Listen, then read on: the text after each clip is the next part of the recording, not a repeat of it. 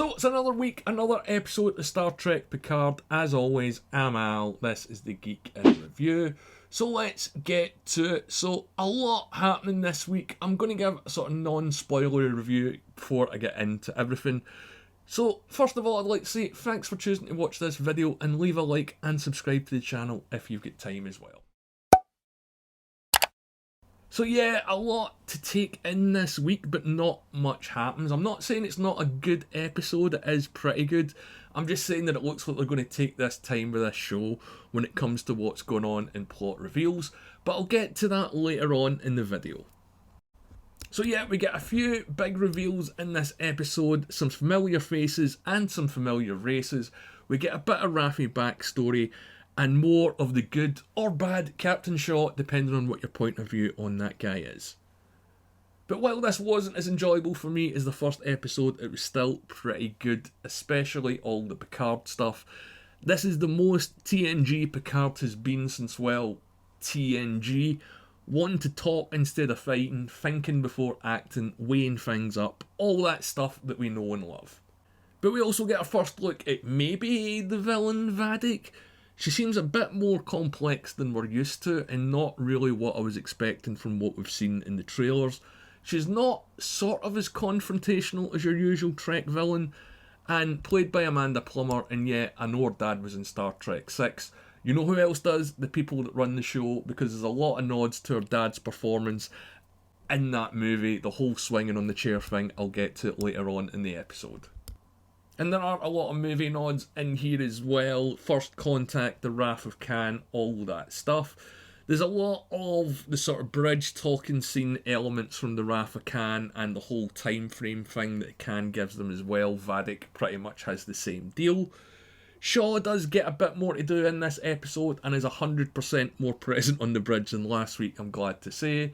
The whole confrontation between Seven and himself is kind of put on the back burner, but I suppose that's just because there are bigger things going on in this episode, so it doesn't really get as much focus as it should have if you ask me. But yeah, the Raffi backstory about her ex-husband and her son, it's sort of more of the same from last week and what we've had from her from season 1, and that whole planet was all very Star Warsy if you ask me. There's no real huge space battles this week, sort of. The CGI looked great, but it's mostly a lot of the static ship shots, which is perfectly fine. But let's say, I really like this episode. It just didn't hit as hard as last week for me. So let's get into it. Star Trek Picard, Season 3, Episode 2, Disengage. So it opens with a flashback, and I didn't particularly think we're going to get that this season, but this is setting up a bit of the explanation of the mystery of last week about who Beveryls' son is. And yeah, I don't like the song. Didn't like it at all. And straight away we find out he's called Jack Crusher. So yeah, let's address that. So Jack Crusher is Wesley's dad, Beverly's dead husband, and Picard's dead best mate. So again, just remember that's who Jack Crusher was in TNG, because you're going to want to later on in this episode. But he's doing a sort of medical run on a blockade and he encounters the Fenris Rangers. Remember them? Do you remember them? Barely? That's okay. But yeah, straight away, Jack feels a little bit heavy-handed in terms of the whole Han Solo crossed with Captain Jack Sparrow thing. And he's trading weapons for favours with the Fenris Rangers. Not very Star Trek for me. His morality might be an issue here going forward for some people, that's all I'll say. But it was exactly the same thing that I had issue with last week with Riker and Picard plotting to sort of manipulate the theft of the Titan. It didn't feel particularly in character for them. So Jack does his dastardly deed, and straight away the Fenris Rangers decide to turn him over to Vadic, and yeah, that was very Star Wars, wasn't it? So it cuts back to the present, and it turns out that everyone's after Jack, not just Vadic and the Fenris Rangers. He mentions the Klingons and Starfleet have been after them for months. So what has this guy done that he's been running from all these people, or that he's pissed one influential person off so much they can manipulate all this? That is kind of the big looming question over this episode for me. Now, the start of this episode for me is kind of the weakest. All the stuff on the Helios doesn't really flow particularly well.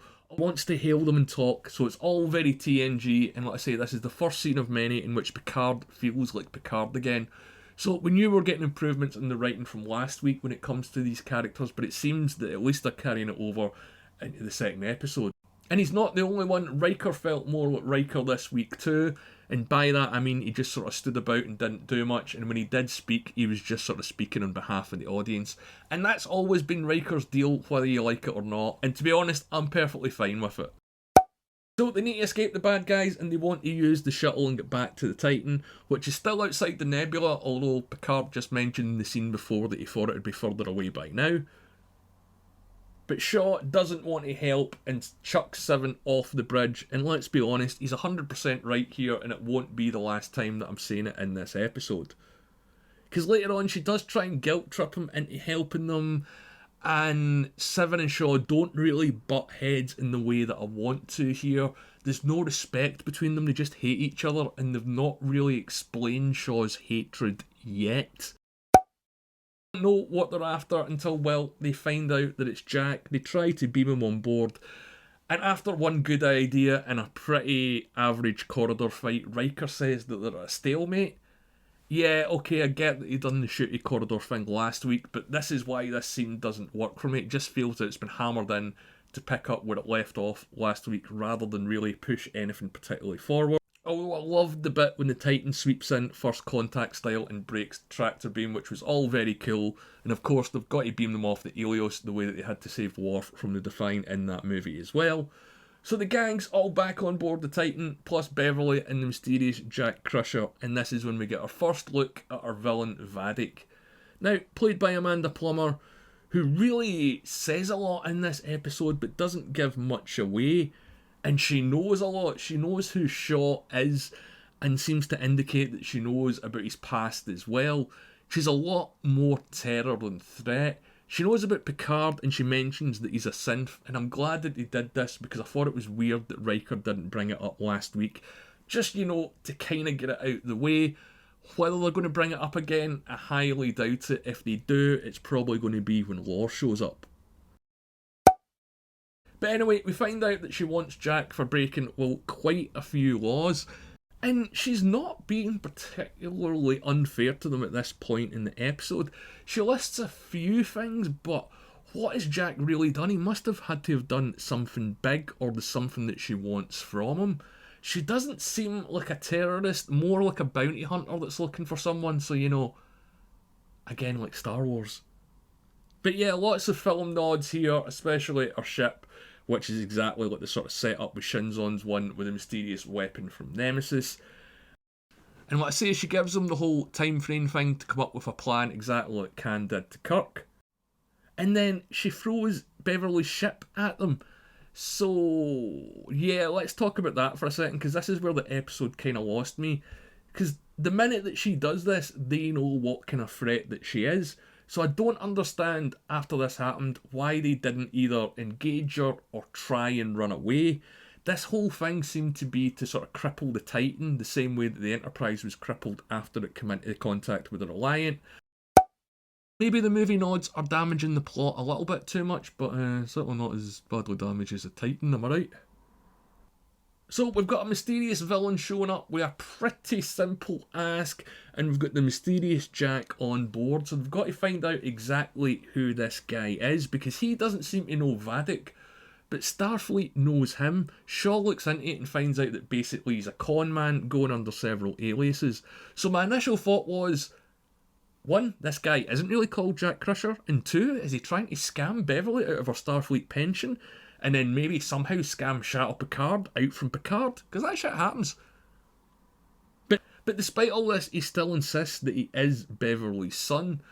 So, is he a clone? Is he Picard's son? Is he just a guy that's lying?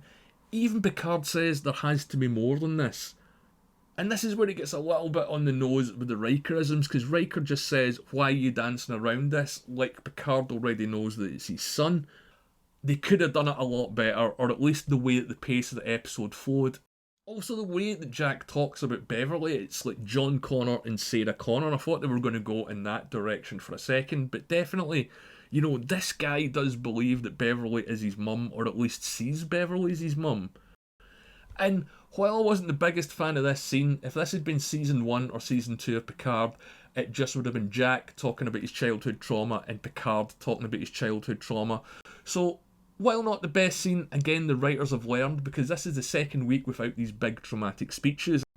But also, another big logic problem is, why not just scan his DNA? They wouldn't have to ask him the question and Picard would know, because again, Jack doesn't seem to know or care or even consider who his father is. But anyway, it's not all Picard's son Titan stuff this week. Raffi is still on her mysterious missions. We also got an expo dump in form of a news broadcast blaming the attack last week on some sort of Romulan dissidents. She also speaks to her mystery handler this time, who I know I said last week I was sure it was Worf, but this week I'm sure it was Yoda, because, you know, again, Star Wars.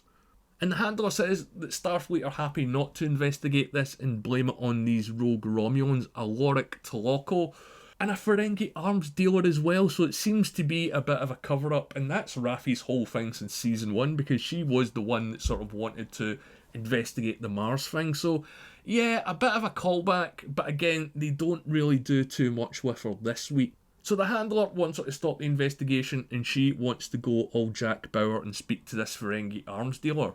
So she's got to go back to the planet and set from last week and meet her ex-husband. And it never occurred to me that we would get this guy pop up. I mean, I don't really know why he's here. Again, this is another logic problem from this episode. She wants her husband to set her up with the Ferengi arms dealer, but she already knows where he is, or at least seems to have a very good idea where he's going to be. So when her ex basically says, hey, you know, if I do you this favour and help you more into this life, that's fine, but you're never going to get to see your son again. Or you can drop all this nonsense and I'll put a good word in with your son. And yeah, you knew what she was going to do, because if she wanted to choose the son option, her storyline would be pretty much over. So again, not a huge fan of what they're doing with Raffi this week. I mean, is her arc this season going to be the redemption with her family? I don't see how they're going to squeeze that in after this. This whole thing did feel kind of forced to me. But also, we're getting Ferengi, and I was kind of like, oh, maybe we're going to get the bad Discovery makeup, because that wasn't particularly brilliant. But it's not bad, you know, it's not bad. And she does just show up, so did she need her ex for that? I don't know. But yeah, the whole scene with the Ferengi arms dealer, again, felt very Star Wars to me. But I did like how they didn't really lean in too much into the silly Ferengi-ness that happened in Deep Space Nine.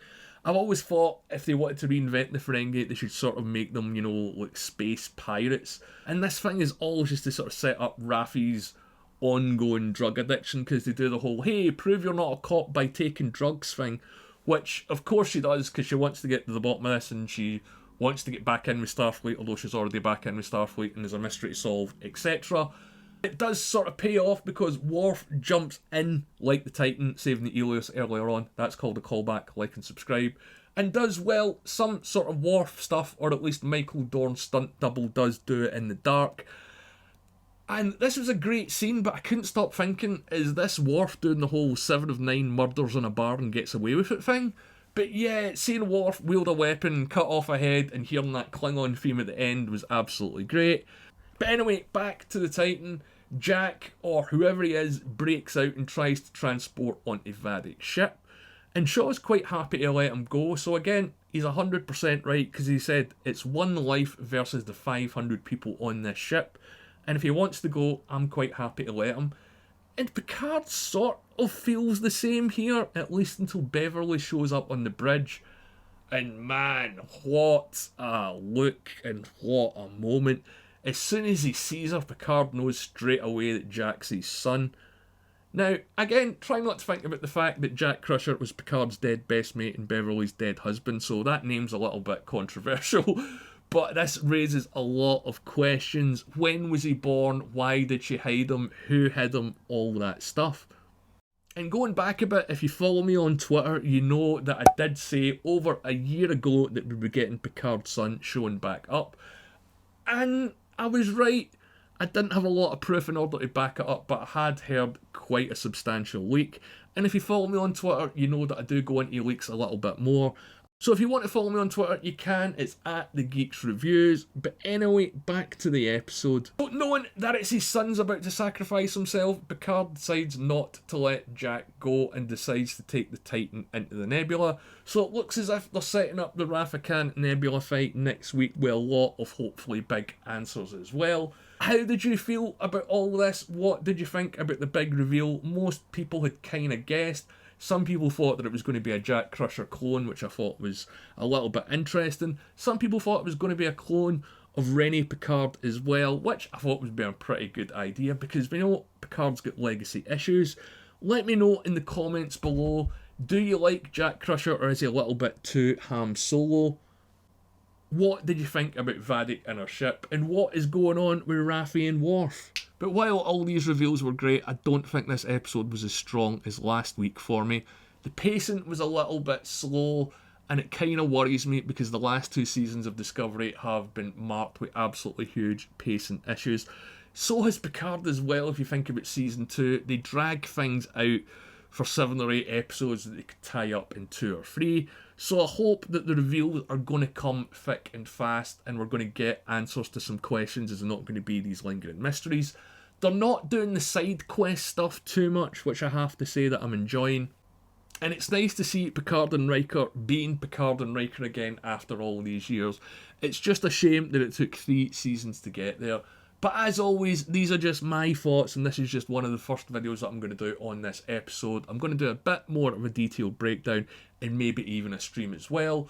So please leave a like on this video, and if you've made it this far, subscribe to the channel and turn on notifications so you don't miss anything. As always, I'm Al, thanks for watching.